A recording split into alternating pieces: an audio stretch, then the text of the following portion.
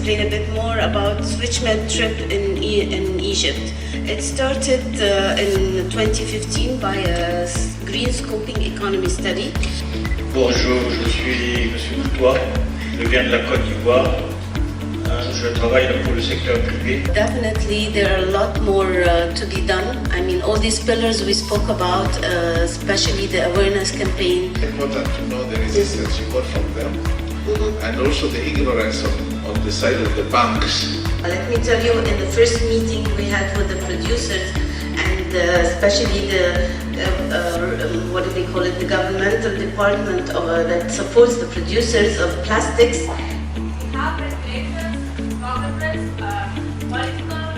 Circular economy program for Africa, international.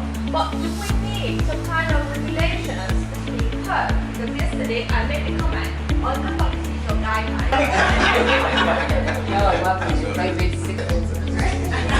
Very excited, we have more women. As much information and ideas as possible to help tourism in the country. Et une sorte de formation pour, market approaches that support uptake of circular economy. I want to request for a frontier to be able to do that. We are happy to support this key, this key discussion to be able to take it forward.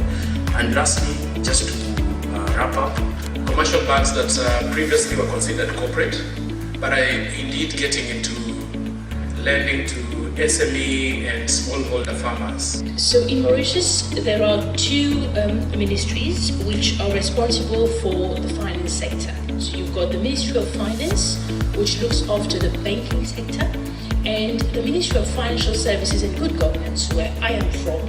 Trois points essentiellement que je vais intervenir. Je vais juste donner un peu le contexte en guise d'introduction.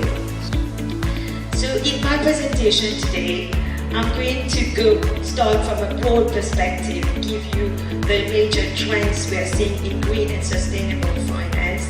Listening to all the areas that we are focusing on, I think we are neglecting a very important aspect. Troisième levier sur lequel il faut regarder, c'est le niveau d'intervention des banques de développement.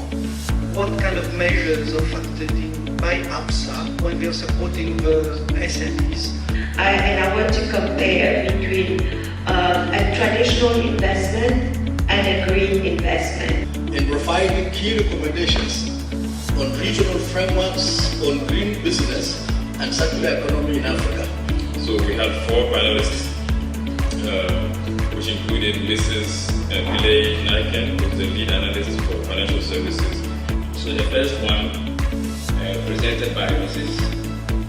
Amadine, and who permits me if I mention the name. So as a background, we started with discussing on the operationalization of regional circular economy framework guideline.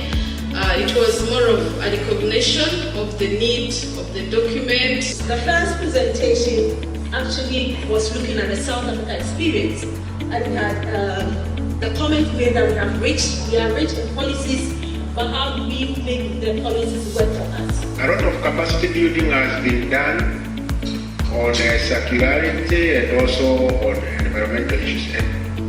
Especially if they are diplomats or visiting heads of state, how do you do that? Because if they are ordinary tourists, it makes it simpler.